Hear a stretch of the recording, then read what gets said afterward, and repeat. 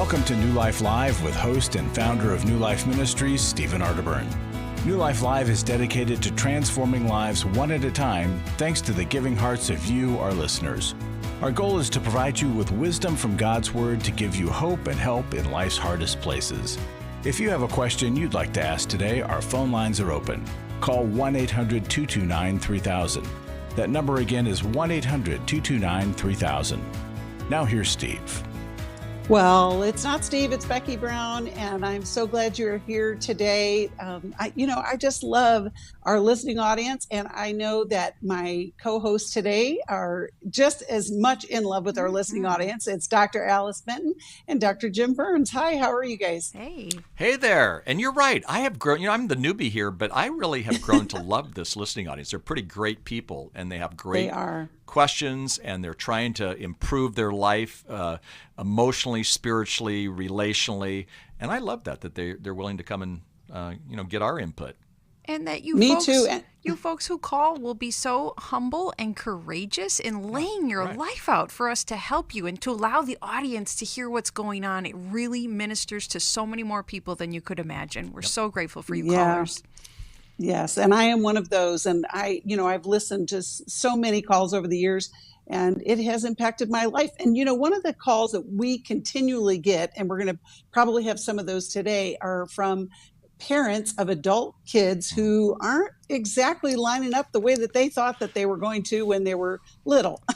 I mean, I'm sure you have recalled some of those calls that we've had, but Jim, I know that this is a big part of your ministry and about a big part of your work, but I'm sure, Alice, you've worked with folks like this too, and I just wonder, what can we offer the parents when their families are just not what they expected? I think that's an easier way to put it, because there's all different kinds of ways that it just didn't turn out the way that you thought. What can we offer those parents and those families for reconnection? Yeah, one of the things I would say is that really good parents oftentimes have kids who make some poor choices. We can't blame ourselves for all of that.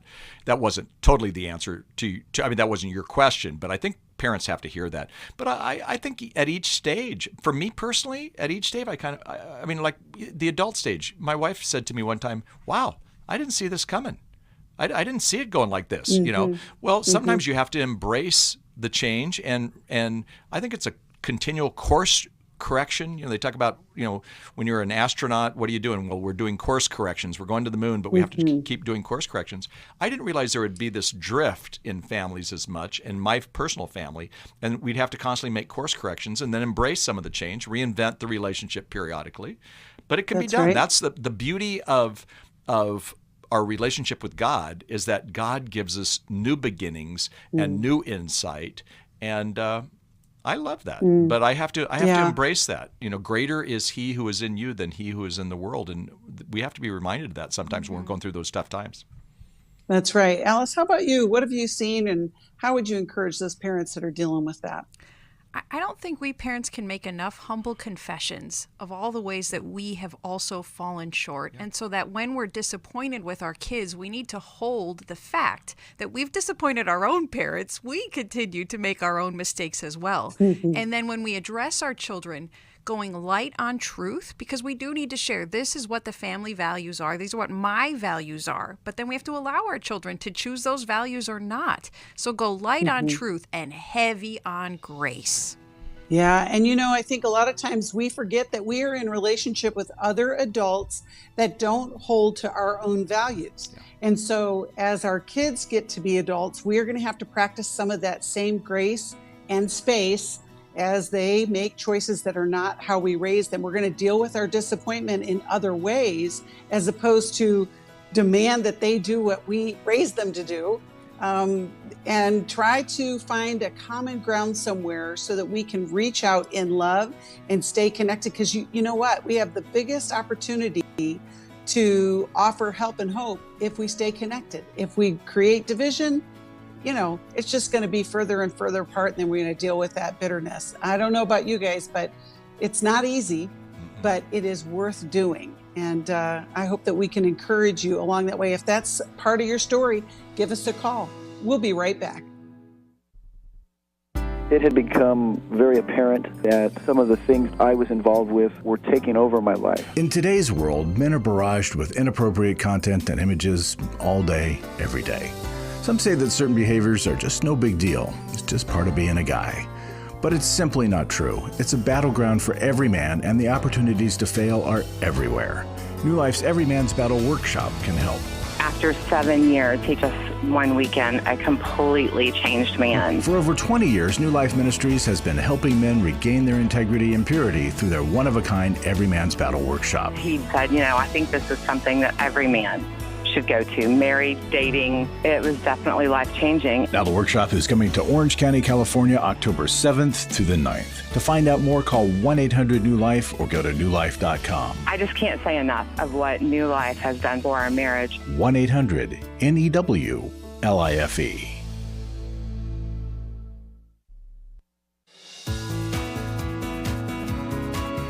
To find out more information about New Life or to order any of the resources mentioned on today's program, call 1-800-NEW-LIFE. Now back to New Life Live. Welcome back. I just want to remind you that there are many different ways to listen. If you missed the show live on radio, you can also listen at YouTube. You can go to the New Life app, which is free. You can get it wherever you get your apps for your device. And you can also listen at newlife.com and listen to past shows. We often recommend people to go, if they've called in, to re-listen, because you hear something different every time you listen. But we're so grateful for all of you checking in, and share the show with somebody. Right now we're going to go to Edward, who's calling us from Woodridge, Virginia, listens on WAVA. And how can we help you, Edward? We're glad you called. Thank you for taking my call. I'm calling about my nephew. He's 20, and he's in college part-time and working part-time. He was going to a four-year university, but that flamed out pretty quickly. I kind of saw it coming, though. He is a procrastinator. His personality profile is a classic one that fits that. He got through high school by just being smart. His mother was very involved with keeping everything on track as far as calling teachers, asking for extensions, things like that. So he does procrastination for everything. He's a big-time gamer, of course, on the laptop, things of that nature. He's not a bad kid, pretty obedient, does things around the house and like that. But I'm trying to figure out how, we looked at a bunch of articles on procrastination, but I'm just wondering how might counseling assist somebody who's struggling with that, and it's affecting grades and getting things done on a timely basis, even getting to work on time. Well, it's a great question, Edward. You're a good uncle. Let's start with you, Alice. What would you like to offer Edward in this effort to help his nephew? Edward, out of curiosity, which one of his parents is your sibling? Sister. The sister is. Okay. And is his father also involved in helping with this problem he's struggling with? No, the father, I like the father. He's a really nice guy, but he is hands off on this. He is very involved as far as being a provider, spiritual head of the household, even involved with the raising of all three of their kids, including him. The nephew is the oldest, but he does not want to engage in this process. He thinks he's going to grow out of it. So, me and him have talked about it a couple of times. He didn't have that challenge his own self, but in general, he's very laid back. So he doesn't have a lot of fire in general. He's the type of person that goes to work, checks the boxes, come home, but he doesn't want to confront the issue at all. So it's all left on my sister. So I don't want to get between them two, but he's just not really interested. And he just said, well, he'll grow out of it. He'll be okay. But he agrees with her on the fact that it's becoming an issue. It's impressive that your nephew has accomplished so much and is respectful and helpful around the house, even with his procrastination. And you asked how would counseling help. I think it's very beneficial to look at possible roots to procrastination, because sometimes it's a laziness, it's a character flaw, and we all have our own character flaws that we need to identify and choose whether we're going to work on them or not. But procrastination can also be fueled by something like fear or anxiety or depression. And counseling will help unearth what might be exacerbating this surface level behavior that you're seeing taking place in your nephew. That's really great. Alice, Jim, how would you direct Edward in this? Well, I was taking notes on Alice because I thought it was really good advice for you, It Edward. was. I'm going to go a different direction, not because I totally agree with what Alice just said. And I'm going to say one other thing. This is kind of my ADD kicking in, but sometimes when somebody is a procrastinator, it's possible that there could be a reason, like, for example, ADD, and what parents may want to do even at 20 is get that checked just in case they have a hard time just focusing, and that could be the answer to the procrastination. Maybe so, maybe not. But a lot of times, what I always say is get an assessment, then you know for sure. But let me go a different way. So actually, by flaming out, I think that was the word you used of the 4-year college. That's not a bad thing. When kids flame out, they learned a lesson, and the lesson was, well, by procrastinating, I'm not going to get good enough grades to be in 4 years, so I'm going to go part-time here and I'm going to do work. And he's doing it. It's great, right? So I would say, especially for your sister, here's the principle. You can't want it more than they want it. And so when your sister is making calls to ask, when he's an adult, making calls, can he get an extension on this? That's probably not helping him. It's like the 22-year-old or mother of a 22-year-old who's calling for their pediatrician appointments, and that actually has irony on several levels, right? But the other thing I would say is your sister will want to learn tough love. Tough love isn't being mean. Tough love simply means allowing the consequences of procrastination or allowing the consequences of some poor behavior to follow in. I mean, then he's going to learn, right? So then maybe the dad's advice is right, that he's going to learn from this and then he's going to do better. It sounds to me like because he got flamed out in 4 year, he wasn't ready for that. To be in a school at part-time, work part-time, that may be the answer for him. But you really can't do it for him. Because if you do, he's not going to grow up and become a responsible adult. So again, that's the direction I would just simply say is you can't bail him out. So we want to always bail out our kids, and if you bail him out, then he's going to procrastinate, not because he has a habit of procrastination, but hey, he's got a good deal. His mom's going to make the call. So his mom's going to have to allow him sometimes to, and even if it means flaming out of this next thing, you learn from that. You have, Edward, I have, from my experiences. And so sometimes we have to allow that process. And at 20, it's an interesting, is he a teen? Is he an adult? Well, legally he's an adult. He can vote, but he probably still has some latent adolescence going on in him too. Yeah, I agree. And Edward, we're going to send you a copy of the Every Man's Bible to give to him. And I want to encourage you, just to connect with him, that this may not be the problem for you to resolve, but I love that you are interested and that you're invested and you guys are all talking about it because you want him to be successful. You want him to have a good life. Alice, were you going to say one more thing?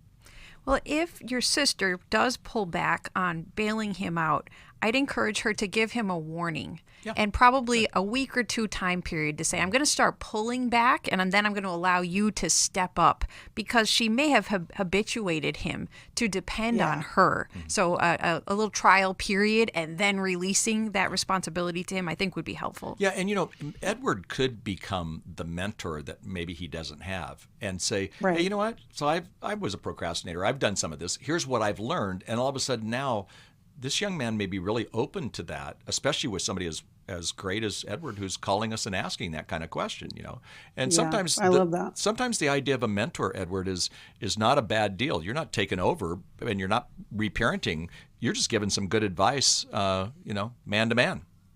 Right. And being present too. I think procrastination, like you said, Alice, needs to be assessed because it can be everything from perfectionism to being overwhelmed with all the responsibilities of not knowing how to move forward. There's lots of different reasons for that, but we're so glad you called, Edward, and you get Uncle of the Day award. I just love that so much. Way to go.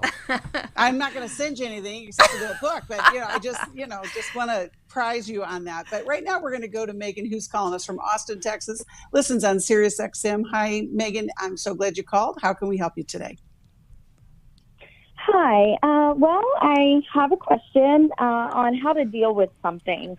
I go to a church, a very good church, and I have a best friend. Well, her sister-in-law is always poking at me, always has seems like a one-up spirit toward me. I always try to be kind to her, Well, now her daughter-in-law has started to treat me bad as well.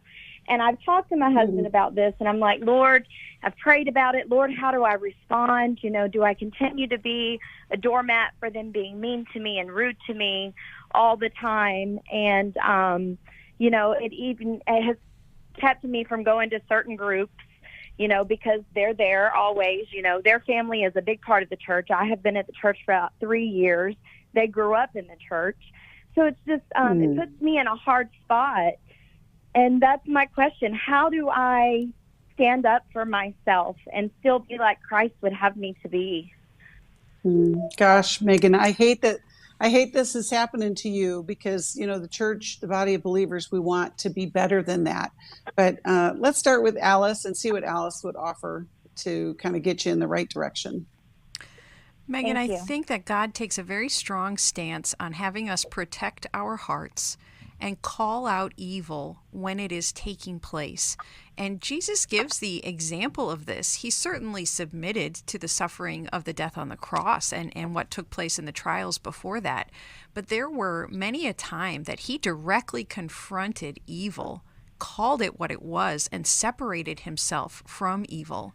And there are a couple steps that the Bible gives us. It tells us to confront the person one-on-one first, and then if necessary, we bring a witness for a secondary conversation. And if that behavior continues, then we separate ourselves from that person.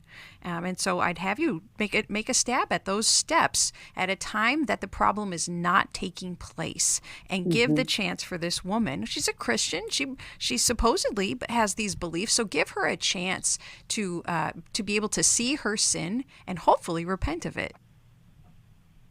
That's great. Jim, what would you offer? I'd suggest you go out to coffee with her, and not in the heat of the battle again, and you just say, gosh, I love our church and I love so much about it, but one of the things that's happening is my feelings are hurt.